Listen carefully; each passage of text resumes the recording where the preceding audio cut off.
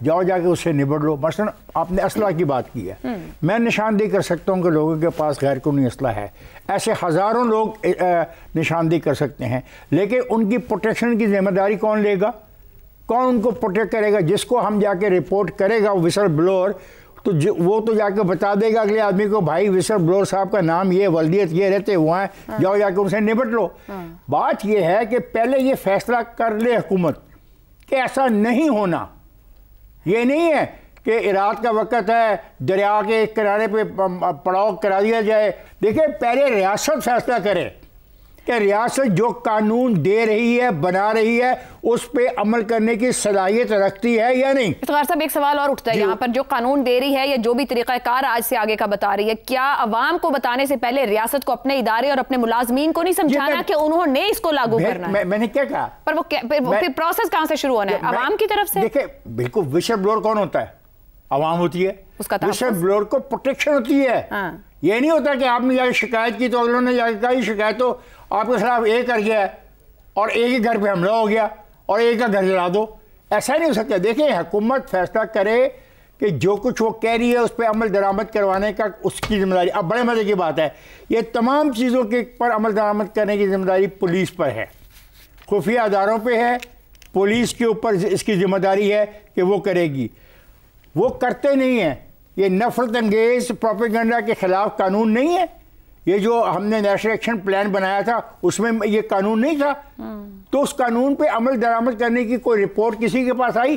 اس میں لکھا ہوا ہے 2015 کے جو ایکٹ ہے لاؤڈ اسپیکر کی حد تک کہ 1 سال کے بعد رپورٹ جمع کرائی جائے گی. اور بھائی عمل کس نے کروانا ہے؟ لوگ تو شاید تیار ہو جائیں, لوگ ڈرتے ہیں جتھوں سے, لوگ ڈرتے ہیں موب جو حملہ کرتا ہے ان پر اور ان کی پراپرٹیوں پر. پھر لوگ کہتے ہیں کہ ہمیں کیا ضرورت ہے, جب ہمیں کوئی بچانے والا ہی نہیں ہے تو ہم کیا کریں, ہم کیوں بتائیں کہ کون جرم کر رہا ہے؟ کیا پتہ نہیں ہے کس ایس ایچ او کو نہیں پتا کہ اس کے علاقے میں ایسے لوگ ہیں جن کے پاس جو اسلحہ ہے وہ غیر قانونی ہے, وہ کیوں نہیں جا کے پکڑتا؟ ہاں, جب مجھ سے توقع کرتا ہے کہ وسل بلور جا کے بتا دے, تو وسل بلور کی جناب پروٹیکشن کیا ہے؟ جب تک وسل بلور کی پروٹیکشن نہیں ہے تو یہ کچھ نہیں ہے, یہ کہانی ہی ہے. یہ قانون بنایا جاؤ لوگوں کو. میں تو ویسے بھی جماعتوں کو بین کرنے کے خلاف تھا, لیکن اس واقعے کے بعد اگر یہ کہتے ہیں کہ یہ جرم ہوا ہے تو پھر اس جرم پر عمل کو درآمد کرنے کے لیے یہ تو اب کر دیا وفاقی کابینہ نے فیصلہ وزارت قانون. لیکن آپ کا سوال ہم ہے کہ قوانین سب پہلے بھی موجود تھے, مگر اب کی بار حکومت اس ول کے ساتھ کہہ رہی کہ یہ رویہ برداشت میں نہیں ہے مزید. زیغم صاحب, ٹی ایل پی کو الیکشن لڑنے کی اجازت دینے کے فیصلوں کی بات کی ہے, جو میں نے ابتدائی میں بھی اوپر بات کی, ایک جماعت 17 میں جو رویہ دکھا رہی ہے, 18 میں آپ اس کو الیکشن میں لا رہے ہیں, پھر وہ جماعت 21 میں جو رویہ دکھا رہی ہے آپ بین کرنے تک جاتے ہیں, مگر آپ پھر اس کو 24 میں الیکشن میں اتار رہے ہیں. تب 22 لاکھ ووٹ تھا, 24 میں 28 لاکھ ووٹ ہے. پہلے سیاسی جواز دینا پھر پابندی عائد کرنا کیا سود مند رہے گا؟ دیر تو نہیں ہو گئی؟ دیر تو بہت کر دی پاکستان نے, اتنا بڑا فریت بنا کے کھڑا کر لیا. اور آج بھی سوال یہ ہے کہ کیا اب ریاست نے فیصلہ کر لیا ہے کہ انتہا پسندی کو پنپنے نہیں دینا؟ سالہ سال تک, دہائیوں تک برداشت کیا گیا, برداشت نہیں کیا گیا صرف, بلکہ آبیاری کی گئی. پاکستان جو ہم نے کہا تھا جب بنایا تھا کہ اسلامی معاشرے کا ایک نمونہ ہوگا, ایک ماڈل اسلامک سٹیٹ ہوگی, ایک ویلفیئر سٹیٹ ہوگی, ہمیں دیکھ کر دنیا کہے گی کہ دیکھو مسلمان ایسے ہوتے ہیں, اسلام ایسا ہوتا ہے. اور ہم ایک عبرت کی جگہ بن گئے ایک مسلمان معاشرے کے طور پر, جہاں پہ غیر مسلموں کو تو چھوڑیں, مسلمانوں کے شر سے محفوظ نہیں ہے. جو لوگ خود کو عالم دین کہتے ہیں ان سے بیچارے عام مسلمان ان کے شر سے محفوظ نہیں ہیں. اور اس کی جو بنیادی وجہ ہے, جو آپ نے سوال پوچھا, اس کا جواب ہے کہ ہماری اشرافیہ نے یہ فیصلہ کیا کہ تھوڑی دیر کے مقاصد کے حصول کے لیے مذہب کو بھی استعمال کرنا ہے, مذہبی انسان کو بھی استعمال کرنا ہے, مذہبی جماعتوں کو بھی استعمال کرنا ہے, سیاسی استعمال کرنا ہے, جس کو کہتے ہیں انسٹرومنٹل یوز. اب آپ مجھے بتائیے, جو آپ نے پچھلی مثالیں دی, کیا اس وقت اس تنظیم کو استعمال نہیں کیا جا رہا تھا چھوٹے چھوٹے مقاصد کے لیے؟ کیا جا رہا تھا, ایک الیکشن پہ اثر انداز ہونے کے لیے کیا جا رہا تھا نا. تو اس وقت جو فیصلہ کیا جا رہا ہے اس کی ایک سیاسی قیمت ہے نا.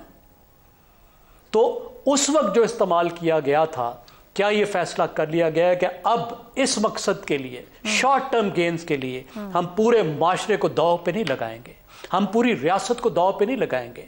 کیونکہ جو ریاست کی بنیادی بات ہے کہ طاقت کا استعمال صرف ریاست نے کرنا ہے، اور اگر شارٹ ٹرم گین کے لیے ریاست کی بنیادی صلاحیت وہی بانٹ دی جائے تو پھر کیا ہوگا؟ اب دیکھیں جو فیصلے ہوئے ہیں اس میں 3 فوری طور پر اثرات ہوں گے، اس کو اپریشیٹ کرنا چاہیے۔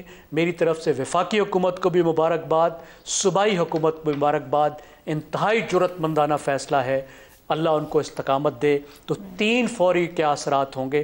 سب سے پہلے یہ ہے کہ جتھوں کی تشدد کی صلاحیت پہ اثر پڑے گا، جو سڑکوں پہ جا کے جو مارا ماری کر رہے ہیں، جائیدادوں کو جلا رہے ہیں، عام لوگوں کی جائیدادوں کو جلا رہے ہیں، سرکاری جائیدادوں کو جلا رہے ہیں، لوگوں کو زخمی کر رہے ہیں، قتل کر رہے ہیں، پورے ملک میں ایک خوف و ہراس کی فضا پیدا کر دی ہے۔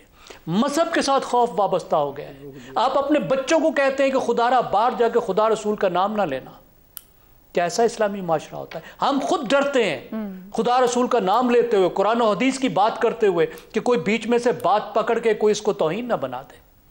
ایسا معاشرہ ہم نے بنا دیا ہے۔ تو ان کی جو تشدد کی صلاحیت ہے، یہ جو موبز کی صلاحیت ہے، جو مارا ماری ہے، ٹھیک، وہ تو کنٹرول میں آئے گی ایک بڑی حد تک، جو ریاست کا انہوں نے تماشا لگایا ہوا ہے۔ دوسری بات کیا ہوگی کہ ان کے تنظیمی نیٹ ورکس وہ کنٹرول میں آئیں گے۔ دیکھیں تنظیم کے بغیر کچھ نہیں ہوتا، یہ لوگ اکٹھے ہوتے ہیں تو یہ سارا کچھ کرتے ہیں، اکٹھے ہوتے ہیں تو موب بناتے ہیں، جلوس کرتے ہیں، ایک دوسرے کو سہارا دیتے ہیں، ایک دوسرے کے پیچھے جاتے ہیں، ایک دوسرے کو بچاتے ہیں، چندے کرتے ہیں، وسائل جمع کرتے ہیں، اور نفرت انگیزی پر بھی اثر پڑے گا۔ لیکن کوئکلی میں بتاؤں گا، آگے ابھی بہت کچھ کام کرنا ہے۔ دیکھیں یہ جو پورا نیریٹو پھیل چکا ہے تشدد کا، دیکھیں انتہا پسندی میں یہ بات ذہن میں رکھیے کہ انتہا پسندی کے ساتھ جب تشدد وابستہ ہوتا ہے، یعنی جب انتہا پسندی تشدد کو جواز دینے لگ جاتی ہے، صرف انتہا پسندی نہیں ہوتی، وہ کہتی ہے کہ انتہا پسندی کے لیے ظلم بھی جائز ہے، تب مسئلہ ہوتا ہے۔ تو نیریٹو پر بھی کام کرنا ہوگا، اور آخر میں نیڈز پہ کہ آخر ہمارا نوجوان جا کیوں رہا ہے۔ ٹھیک ہو گیا۔